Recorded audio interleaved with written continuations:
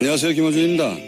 서울시가 가구소득과 미취업 기간 등을 기준으로 청년들 구직 활동을 지원하겠다며 월 50만 원 한도로 지급하는 청년수당 클린 카드라는 게 있습니다. 이 카드로 노래방, 소주방, 영화관 등도 이용 가능하다며 보수 진영에서는 진작부터 문제 삼아왔습니다.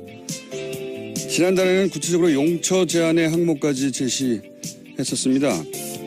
학원 수강료, 시험 응시료 등으로 제한해야 한다는 거죠. 이런 이슈가 있으면 보수 매체는 이 카드로 모텔까지 결제 가능하다며 제목을 뽑습니다. 그런데 말이죠. 가구 소득이 낮은 미취업 기간이 길어진 청년들이 취업이 늦어져 형편도 어렵고 스트레스 받다가 소주도 한잔하고 영화도 한 편 보고 그리고 연인과 사랑도 할 수 있어야 그게 최소한의 사람답게 사는 꼴인 거죠. 미취업이 범죄가 아닙니다. 어떻게 사람이 취업 준비만 하고 삽니까? 청년들이 그 카드로 모텔을 가는 게 염치 없는 게 아니고 기성세대가 다음 세대에 제대로 된 일자리를 충분히 만들어지 못한 사회적 책임을 학원 수강료 좀 지원해 주는 걸로 다 했다고 생각한다면 그게 염치 없는 겁니다. 김호준 생각이었습니다.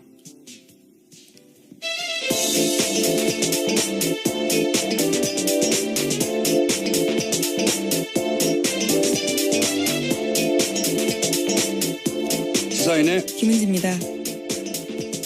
네. 카드로 모텔도 가. 네. 이런 제목 잘 뽑아요, 보수 매체에서. 청년들 어딜 갑니까? 자기 집도 없는데. 자기들은 눈살롱 가면서. 자, 이런 뉴스 보면, 뭐랄까요. 공부하는 기계, 취업 준비하기 위한 기계, 그렇게 여기는 것 같아요. 예. 그리고 그것만 해주면 되지 뭘. 사람이 어떻게 그렇게만 삽니까? 청년을 바라보는 시각이 아주 단편적인 거죠. 그 특정 목적에 봉사하는 어떤 기계 같은 존재, 부속 같은 존재를 여기는 것 같아요. 그래서 딱 그것만 기름칠해주면 된다. 사람이 어떻게 그렇습니까? 이걸 계속 문제 삼는 게 전 이거 항상 보수 매체만 이런 거 문제 삼는 건지 보수 정치인가. 자, 첫 번째 뉴스는요. 네, 사드 배치를 두고 정치권 공방도 치열했습니다. 여당인 더불어민주당은 그동안 사드 배치에 부정적이었던 점을 인식한 듯이 이번 배치가 임시라는 사실을 강조했습니다. 하지만 야3당은 사드 배치에 애매한 입장을 보였던 더불어민주당이 혼란만 부추겼다면서 비판했습니다. 자유한국당은 괴담 유포에 대한 사과를 요구했고요. 국민의당과 바른정당은 수용할 수밖에 없는 현실이라고 하면서도 더는 소모적인 논란이 없어야 한다라고 강조했습니다. 정의당은 임시 배치가 말장난에 불과하다면서 대선 공약 파기라고 비판했습니다.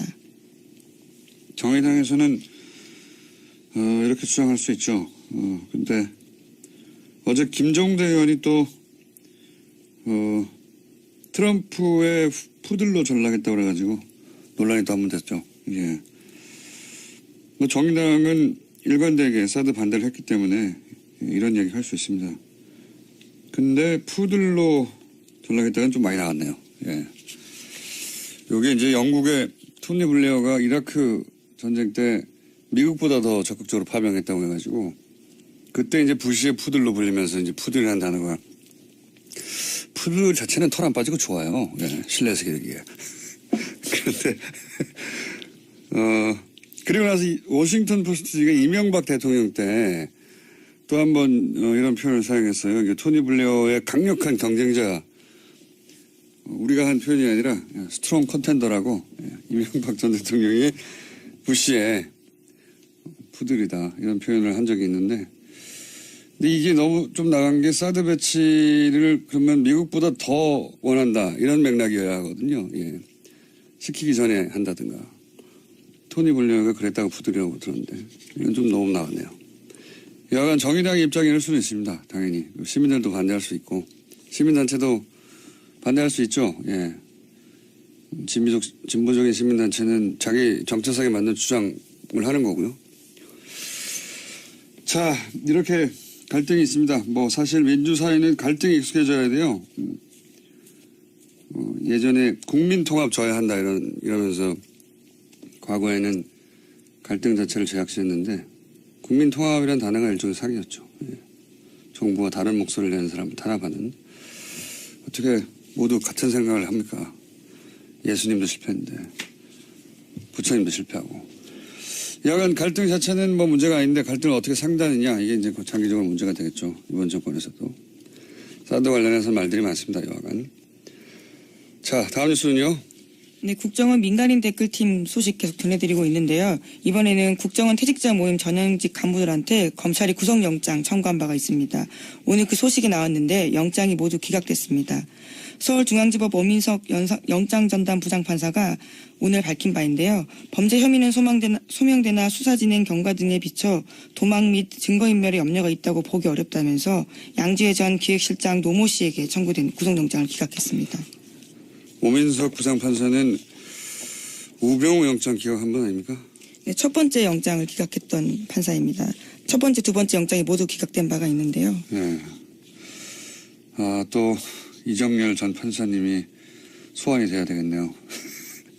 이게 정말 이해가 안 가네요. 일반적인 상식으로도 이 댓글 수사야말로 증거인멸의 화신들 아니었나요, 이때까지? 대마왕 케이스 아닙니까? 증거인멸에. 이거 뭐 개인 차원이 아니라 국정원 차원에서도 처음부터 부인하고 처음부터 자료를 내놓지 않고 몇 년이 지나서야 TF 만들어지고 나서야 이제 조금씩 드러나는데, 실제로 근데 더욱 말이 안 되는 건 이 양재 간부들이 수사가 진행되자 또 압수수색을 앞두고 증거를 삭제하거나 은닉하지 않았습니까? 네, 그런 혐의로 또 다른 양지의 현직 간부 박모 씨 같은 경우에도 영장이 청구가 된 바 있는데요. 이 간부 같은 경우에도 영장 기각됐습니다. 그 기각 사유에 대해서 피의자가 은닉한 물건의 증거 가치, 피의자의 주거와 가족관계 등에 비춰 피의자가 도망가거나 범행에 관한 증거를 인멸할 염려가 있다고 보기 어렵다라고 밝혔습니다. 아니, 수사를 하는 와중에도 증거를 인멸했는데 이해가 안 가네요. 저는 이게 뭐 특별한 우리가 법을 몰라서 그런 건지 법리에 신비스러운 부분이 있는 건지 모르겠는데, 아니 이게 지금 수사하는 동안에도 자료를 숨기거나 은닉했는데 이해가 안 갑니다. 저는. 검찰의 입증이 좀 더 부족하다라고 판단했을 수는 있는데요. 관련해서 검찰발로 나온 소식도 있습니다. 말씀하신 자료 삭제와 관련된 부분인데요. 검찰이 양지의 사무실에 하드디스크 압수수색했는데 여기서 문제 보고서가 삭제된 채 발견됐다라고 합니다. 복원을 그러니까요. 했고요. 삭제를 했는데 포렌식을 해서 복원을 했다는 거잖아요. 예. 삭제하고 외부로 빼돌리고. 네, 그 보고서 같은 경우에는 해당 문건이 국정원 심리 전달에 정기적으로 보고한 내용이 담겨 있다고 합니다. 당연히 양지회는 이제 민간인들이거든요. 민간인이 국정원에 보고했다고 하는데 그런 문서를 일부러 삭제한 거 아니에요. 근데 이게 어떻게 그럴 만한 은닉한 물건의 증거 가치가 없다고 합니까? 보고서가 삭제됐는데 그게 나왔는데 이해가 안 가네요. 저는 잘. 서울중앙지법 영장판사 양승태 대법관의 마지막 인선에 대해서 말들이 많은데 또 한 번 논란이 되겠습니다. 이 사안은. 저희가 이정열 판사님이 기상하시는 대로 새벽에 전화했는데 아직 안 일어났어요? 네. 이분은 새벽에 나온 결과여서. 네, 새벽에 나온. 설마 이게 기각될 줄 몰랐기 때문에 저희가 미리 섭외를 못 해주는 우를 보고 있네요. 네. 기상하는 대로 연결 한번 해보겠습니다. 자, 다음 뉴스는요. 네, 국방부가 어제 댓글 공작 진상규명 TF를 구성했다고 합니다. 국방부는 군사이버사령부가 2012년 대선 개입을 계획한 사이버 심리전 지침을 청와대에 보고했다는 의혹이 제기되자 TF를 구성해서 조사에 착수했다고 밝혔습니다. 뭐 보고했다는 의혹 정도가 아니죠. 보고했다는 당사자가 내가 보고했다고 했으니까 사실상 강력한 주장이 나온 건데, 국정원 TF가 아시다시피 몇 달 돌아갔고 이제 사이버 사령부 부단장이었던 당사자가 이런저런 식으로 보고하고 그리고 활동을 했다는 증언이 나온 만큼 사이버 사령부도 이제 TF가 구성돼서 돌아가겠죠? 네, 청와대 국가안보실과 보고 및 협조 체계를 갖춰서 4개월 정도 활동할 예정이라고 합니다. 근데 이제 이렇게 되면 김관진 당신은 국방장관이죠. 네, 나중에 안보실장이 됐던. 사드하고도 뗄래야 뗄 수 없는, 사실상 사드는 김건진 주도하에 들어온 게 아니냐고 하는 지적이 많습니다. 그리고 새 정부가 들어서고 나서도 제대로 보고가 안 됐다고 하는 갖가지 논란의 한 중심에 있는 분인데 이번에 사이버사 댓글 공작으로 끝나는 게 아니라 당시 사인을 받고 보고했다는 문서가 나왔다는 거죠. 네, 어제 말씀드린 뉴스인데요. 청와대로 보고했다라는 거죠. 몇 분이 떨고 있겠군요. 자, 다음 수는요. 네, 최순실 씨의 변호인을 맡고 있는 이경재 변호사가 정유라 씨의 변호를 더 이상 맡지 않기로 했다고 합니다. 그러니까 변호사에서 사임을 한 건데요. 이 변호사는 지난 6일에 서울중앙지검에 정 씨의 변호사를 사임하겠다는 내용의 사임계를 제출했다고 합니다. 네. 다른 내용 진행하기 전에 요즘 문자가 이게 유행이군요. 아직 황교익 선생 코너 나오지 않았는데 오늘도 역시 시원하십니다. 이런 문자 나오고 막 여기 나오시는 게스트들이 자꾸 이제 개편 시간이 다 오다 보니까 본인들의 지인들과 친인척을 이용해서 아직 방송이 아직 안 나오는데 오늘 방송도 너무 좋았어요. 이런 문자가 너무 많이 오네요. 네. 자제해 주시고요. 최순실 씨, 뭐랄까요, 이게 가족사가 반복되는 듯한 느낌 한번 이야기한 적이 있는데 1세대에서 2세대로 재산이 넘어가는 과정도 굉장히 큰 의혹들이 제기됐었죠. 최태민 씨 아들 최재석 씨가 최태민 씨의 독설서를 제기했었죠. 1세대에서 2세대로 재산이 넘어갈 때 그런 큰 의혹이 있다. 밝혀진 바는 없습니다. 근데 구체적인 증언이 있었었는데 저희 방송에서도 다뤘었고. 근데 2세대에서 3세대로 넘어가는 저는 이제 이게 단순히 정유라 씨와 변호인단이 서로 뜻이 맞지 않다가 아니라 2세대에서 3세대로 재산이 넘어가는 과정의 갈등, 재산 갈등이 본질적인 거라고 보여집니다. 그런 얘기도 일부 나왔었죠. 정유라 씨와 최순실 사이에 재산에 관련해서 주고받는 대화 일단락이 등장한 적이 있는데 본질적으로는 재산 갈등인 것 같아요. 어떻게 전개될지 굉장히 흥미진진한 부분이 있습니다. 네. 자, 이 뉴스는 저희가 한번 따로 집중적으로 취재를 해가지고 저희 단독이나 특종을 한번 보려고 노력해 보겠습니다. 네. 주진우 기자를 시켜서. 자, 다음 뉴스는요. 블랙리스트 관련된 뉴스도 나왔습니다. 박근혜 전 대통령의 블랙리스트 지시 의혹과 관련해서 김종덕 전 문화체육관광부 장관이 법정에 섰습니다. 여기서 박 전 대통령이 지시가 있었다라는 증언을 한 겁니다. 어제 재판 증인에 출석해서 한 말인데요. 관련해서는 구체적인 증언을 했습니다. 2015년 1월 9일에 대통령이 불러서 갔다라고 하는데요. 당시에 박 전 대통령은 영화 제작하는 사람이 문제다. 잘못된 영화를 보고 젊은이들이 잘못된 생각을 한다. 정치 편향적인 영화에 지원하면 안 된다. 관리를 잘하라. 이렇게 이야기했다라고 합니다. 이 워딩이 너무 명시적이고 구체적이에요. 영화 제작하는 사람들이 문제다. 잘못된 영화를 보고 젊은이들이 잘못된 생각을 하면 안 되니까 그런 영화 지원하면 안 된다는 거잖아요. 관리를 잘하라고 아예 말을 한 거죠. 하면 안 된다. 소위 이제 지원 배제죠. 블랙리스트. 자기들끼리는 블랙리스트란 단어를 쓰지 않고 지원을 배제한다라고 가치 중립적인 단어처럼 사용했는데 블랙리스트 이야기인 것이고 그걸 이제 장관을 처음으로 불러서 불려간 건 처음인데 처음으로 불러서 요 얘기를 지시했다는 거 아닙니까? 문체부 장관에게 그러면서 이제 정반대로 그러니 이런 영화를 지원해야 한다는 화이트리스트가 등장하죠. 아직 화이트리스트 수사는 신청이 안 된 걸로 아는데 여기에 또 모태펀드라는 게 등장합니다. 네. 공공펀드인데 어마어마합니다. 자금 규모가. 근데 이제 저희가 최순실 게이트 한참일 때 한번 전해드린 적이 있는데 이 화이트리스트 모태펀드를 이용해서 화이트리스트 지원을 받았다고 의혹을 받는 영화가 있죠. 지원을 받았죠. 실제. 근데 그 영화사가 알고 봤더니 그 태극기 집회, 친박 집회 단체들과 가짜뉴스를 만드는 단체들이 있는 사무실에 같이 있더라. 그 건물을 같이 썼던 거죠. 예, 같은 큰 건물이 아닌데 이게 뭐 어마어마하게 큰 건물이면 빌딩이면 같은 건물에 있어도 그럴 수 있다고 싶은데 이건 조그만 건물인데 위아래로 같이 있었어요. 예, 바로. 저도 그 건물 가봤었는데 한 3, 4층 되는 강남에 있는 네, 건물이었습니다. 거기에 이제 조그만 빌딩이 같이 모여 있던. 그러니까 이제 이 화이트리스트하고 친박 집회 주도 단체와 가짜 뉴스를 만드는 것과 한 통속이 아닌가 이런 의혹을 가질 수밖에 없죠.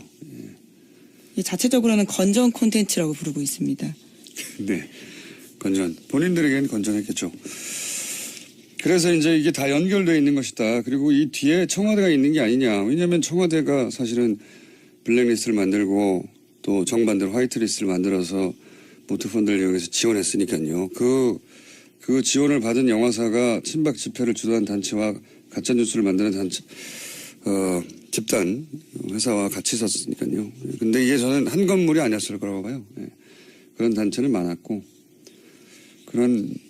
만약에 화이트리스트가 좀 너무 많은 사안들이 수사되니까 동시에 화이트리스트까지 갈지는 모르겠는데 가면 아마 그런 건물이 다 쓰였다 하는 뉴스가 나오지 않겠는가. 자, 어쨌든 전 문체부 장관이 대통령이 블랙리스트 지시했다라고 증언을 한 뉴스였습니다. 예, 심지어 수첩에 그 내용을 적어놨다라면서 물증도 보여줬습니다. 알겠습니다. 이정현 판사님이 어제 술을 과하게 드시고 못 일어날 수 있기 때문에 그러면 현재 기준으로 행방불명이거든요. 저희가 아무리 전화를 해도 시간이 안 되면 다른 분이라도 예. 예를 들면 박범계 의원처럼 예. 최고위원이지만 수면에서 깨어났을까지 확실시되는 분에게 저희가 연결한다든가 노력해 보겠습니다. 다음 순요. 네, 검찰이 한국항공우주산업 그러니까 카이를 압수수색하던 날 친박계 이정현 의원이 그 자리에 있었다라는 사실을 경향신문이 보도했습니다. 어제 이 의원의 조카가 조작된 점수로 카이에 입사했다라는 사실을 말씀드린 바가 있는데요. 하필이면 그날 이 의원이 거기 있었던 거죠. 하필이요. 예. 이게 이제 우연이면 이정현 의원은 제가 보기에는 로또를 자주 사시는 게 좋겠어요. 예. 하필이면 방산 비리로 업체를 압수수색하는 날에 예. 그런 날은 뭐 10년에 한 번 있을까 말까 하는 거거든요. 이 업체가. 게다가 그 본사가 서울에 있는 게 아니라요. 경남 사천에 있습니다. 그런데 이제. 그리고 자신을 의존할 사장이 없는 날이지 않습니까? 보통은 사장이 있는 날 없는데. 그리고 이제 수많은 업체 중에 하필이면 본인이 조카를 취업을 청탁해서 부정 입사시킨 딱 그 업체를 하필 그날 이런 우연을 만들어내는 기술이면 저는 로또가 가능하다고 봅니다. 부럽습니다. 예, 물론 본인의 해명은 있는데요. 현장 방문을 돌아가면서 하고 있었기 때문에 그때 그 자리에 있었다라는 겁니다. 이유야 뭘 못했겠습니까? 예. 어쨌든 이건 이제 우연이라고 주장하시는 거죠. 예. 굉장히 부럽습니다. 로또를 사시는 게 좋겠고요. 근데 이제 본인 조카를 부정 입사시킨 요 사건 자체는 이미 수사가 들어가서 네. 아마 결과가 나올 것 같습니다. 하여튼 그 업체에 갔다. 근데 그 업체가 또 하필 압수수색 당하는 날 네. 아침에 가셔가지고 어떻게 그 소식을 알았는지. 자, 일단 여기까지 하겠습니다. 감사합니다. 시사인의 김은지였습니다. 감사합니다.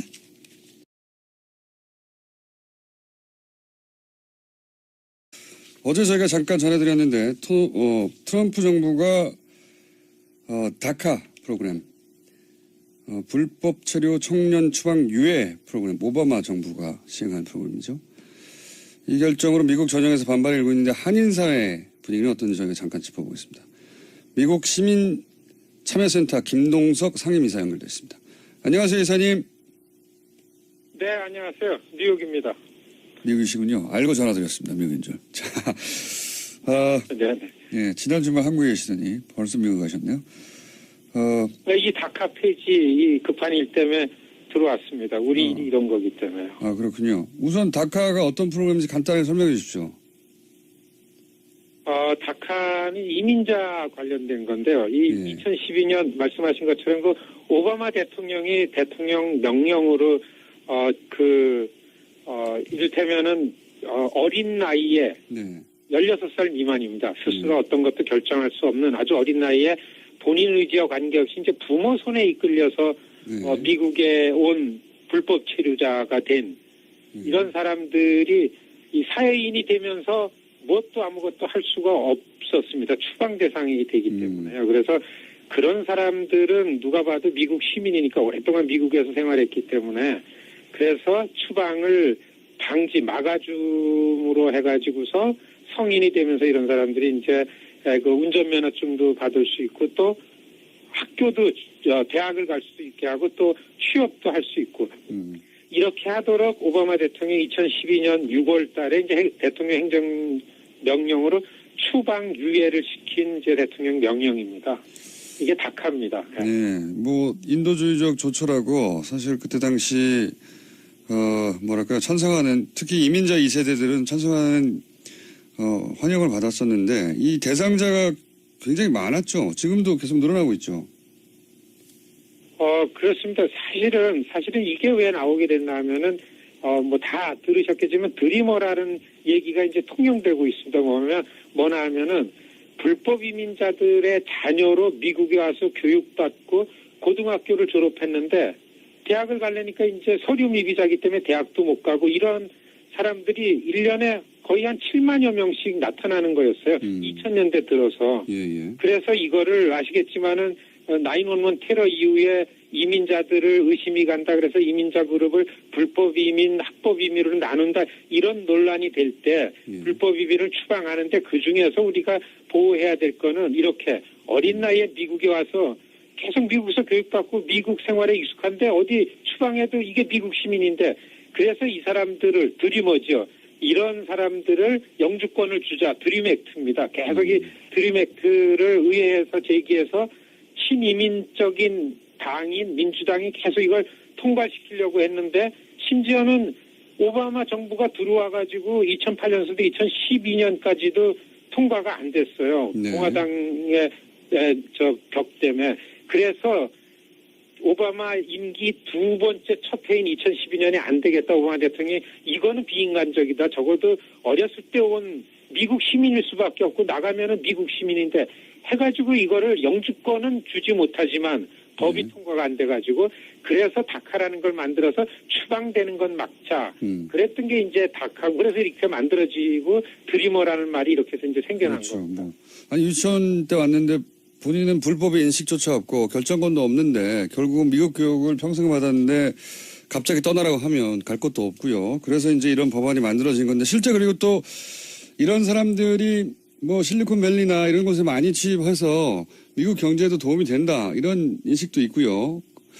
그런데 갑자기 지금 트럼프 대통령은 그 사람들도 평생 어릴 때부터 교육받아서 평생 미국에 자란 사람들 나가라는 거잖아요. 이렇게 되면 여기에 해당되는 한인의 규모는 얼마나 됩니까?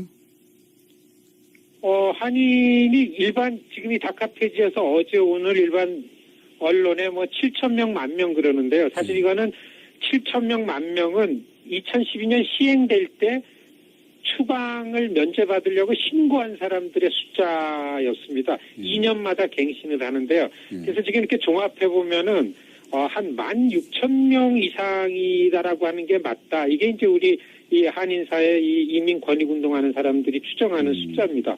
그리고 LA 뉴욕 한인 커뮤니티에 생각보다 굉장히 많고요. 그래서 이게 폐지되면은 한인사회도 작지 않은 이런 파장이 있고 굉장히 어려움이 오겠다. 이렇게 긴장하고 있습니다. 그렇군요. 예. 그러면은 이제 그냥 추방이죠. 다른 것도 없고 6개월 유예 기간을 주고 그다음부터는 무조건 나가야 되는 거죠? 그래서 6개월 이제 지난 화요일 날 대통령이 뻘쭘하니 법무부 장관을 시켜서 폐지 선언을 시켰습니다. 그날 아침에 트럼프 대통령이 트위터를 알렸잖아요. 의회가 6개월 동안 다카에 대해서 일할 준비를 해라. 6개월 동안 어떤 대체 법안이 되지 않으면은 6개월 이후에는 이제 고스란히 이미 신고를 했습니다. 이거는 데이터베이스에 나는 불법 체류자로서 누가 여기 있다라는 걸 다 신고를 해서 혜택을 받고 있다가 고스란히 이 사람들은 그냥 추방 대상이 되어 오히려 스스로 신고한 사람들이 이제 추방 대상 명단에 확보되는 거니까. 아하.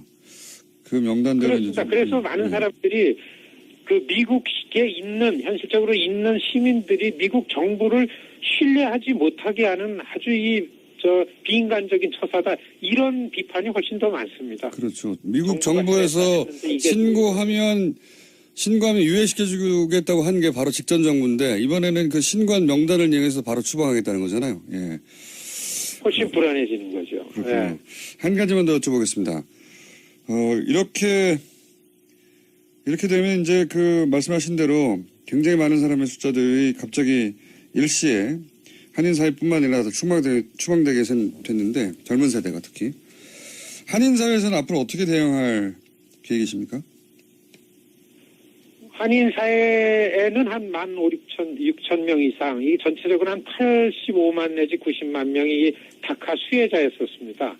사실 이거를 어떻게 추방시키는 데는 간단치 않을 거고 어떻게 해서든지 6개월 이내에 어떤 대체 법안이 나오는데 이제 초점을 맞춰야 되는데 사실 저희가 이 일을 그 본업으로 하고 있는데요. 이민자 단체들하고서 목표는 드림 액트를 통과시키는 겁니다. 그래 이 미국 사회에 일반적으로 분위기는 조성이 됐는데 문제는 이제 미국이 트럼프 정부가 들어오면서 아주 두 가지로 나눠졌습니다. 도시와 농촌과 그리고 민주당과 공화당과 백인과 비백인, 반이민과 친이민 이렇게 나눠졌기 때문에 모든 지금 활동은 어떻게 해서든지 이 드림 액트를 겨냥해서 기대는 내년도 중간 선거에 하원이라도 민주당이 다수당이 되면은 다른 드림 액트가 통과되지 않더라도 다카 같은 다른 어떤 구제 옵션 같은 걸 만들어내지 않을까. 오늘서부터 그동안 질이 멸련했던 민주당이 더 이상 이러면 안 되겠다. 지도부가 좀 어떤 구심점을 찾는 노력이 아주 눈에 보이는데요.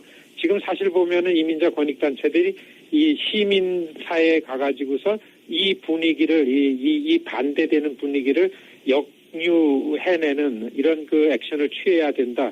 그래서 의회에 활동하는 부분들이 굉장히 많을 것 같고요. 자기 지역 의원들을 좀 압박하고, 이런 활동에 집중하지 않으면 안 된다. 이제 이렇게 생각하고 있습니다. 알겠습니다. 저희 관심 가지고 계속 따라가 보겠습니다. 오늘 말씀 여기까지 듣겠습니다. 감사합니다. 안녕히 계십시오. 네. 지금까지 미국 시민참여센터의 김동석 상임 이사였습니다. 이를 그러면 미국보다 더 원한다. 이런 맥락이어야 하거든요. 예. 시키기 전에 한다든가. 토니 블레어가 그랬다고 부드러워 들었는데 이건 좀 너무 나왔네요. 여하간 정의당의 입장일 수는 있습니다. 당연히. 시민들도 반대할 수 있고 시민단체도 반대할 수 있죠. 예.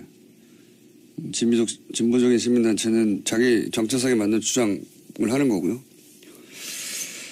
자, 이렇게 갈등이 있습니다. 사실 민주사회는 갈등이 익숙해져야 돼요. 예전에 국민통합 져야 한다 이러면서 과거에는 갈등 자체를 제약시했는데 국민통합이라는 단어가 일종의 사기였죠. 예. 정부와 다른 목소리를 내는 사람을 탄압하는. 어떻게 모두 같은 생각을 합니까? 예수님도 실패했는데 부처님도 실패하고. 여하간 갈등 자체는 문제가 아닌데 갈등을 어떻게 상대하느냐 이게 이제 장기적으로 문제가 되겠죠. 이번 정권에서도. 사드 관련해서 말들이 많습니다. 여하간. 자, 다음 뉴스는요. 네, 국정원 민간인 댓글팀 소식 계속 전해드리고 있는데요. 이번에는 국정원 퇴직자 모임 전현직 간부들한테 검찰이 구속영장 청구한 바가 있습니다. 오늘 그 소식이 나왔는데 영장이 모두 기각됐습니다. 서울중앙지법 오민석 영장전담 부장판사가 오늘 밝힌 바인데요. 범죄 혐의는 소명되나 수사진행 경과 등에 비춰 도망 및 증거인멸의 염려가 있다고 보기 어렵다면서 양지회 전 기획실장 노모 씨에게 청구된 구속영장을 기각했습니다. 오민석 부장판사는 우병우 영장 기각한 분 아닙니까? 네, 첫 번째 영장을 기각했던 판사입니다. 첫 번째, 두 번째 영장이 모두 기각된 바가 있는데요. 네. 또 이정열 전 판사님이 소환이 돼야 되겠네요.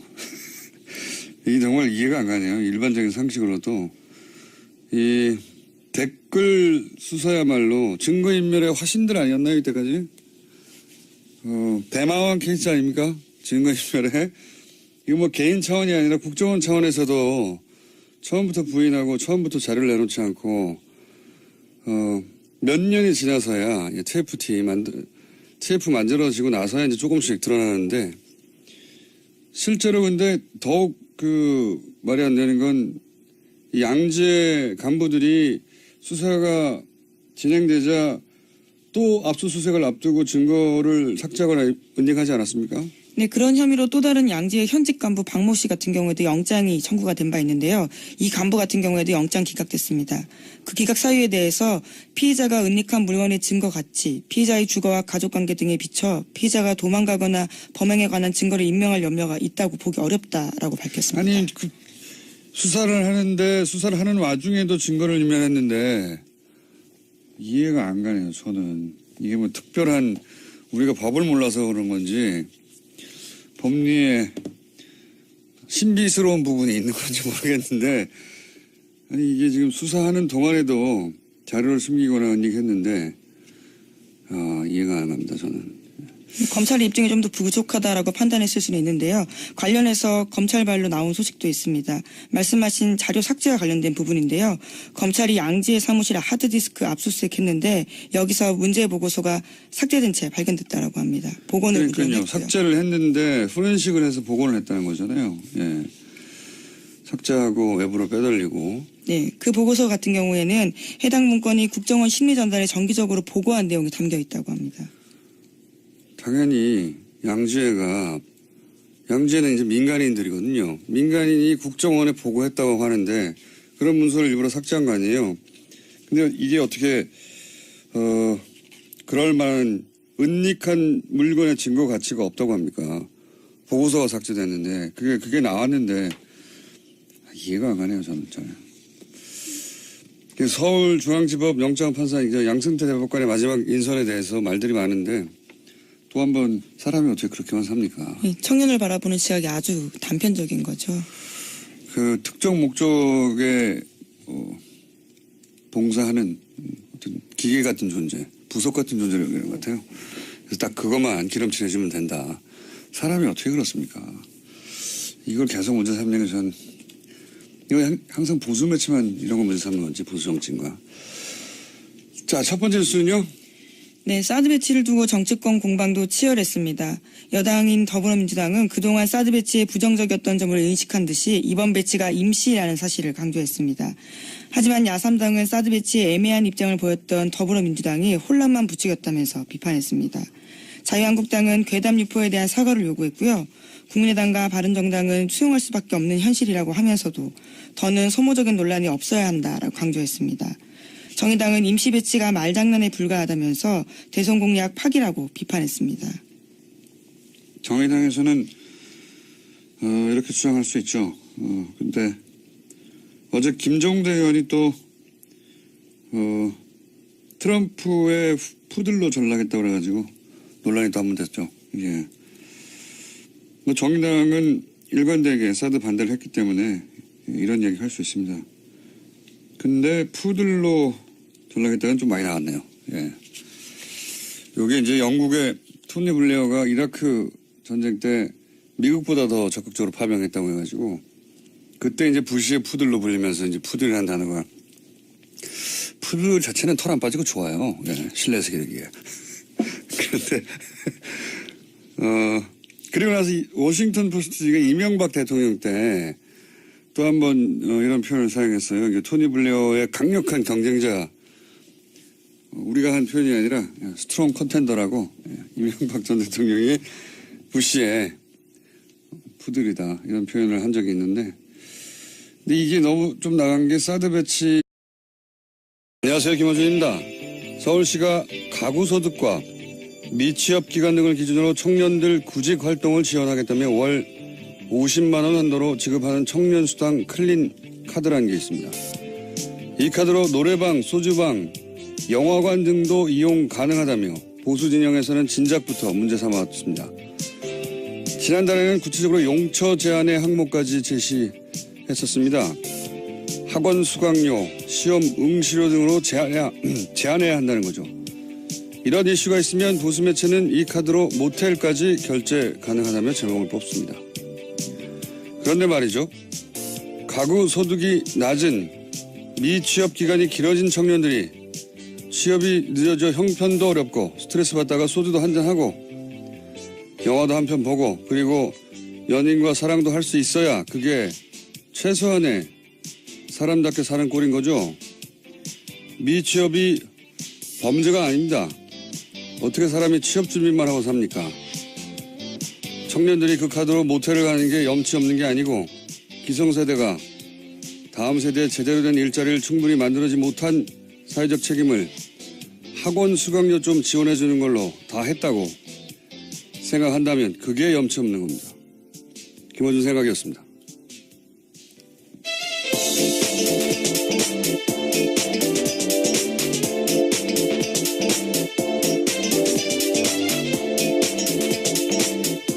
시사인의 김은지입니다. 네. 카드로 모텔도 가. 네. 이런 제목 잘 뽑아야 보수 매체에서. 청년들 어딜 갑니까? 자기 집도 없는데. 자기들은 눈살롱 가면서. 자, 이런 뉴스 보면 뭐랄까요?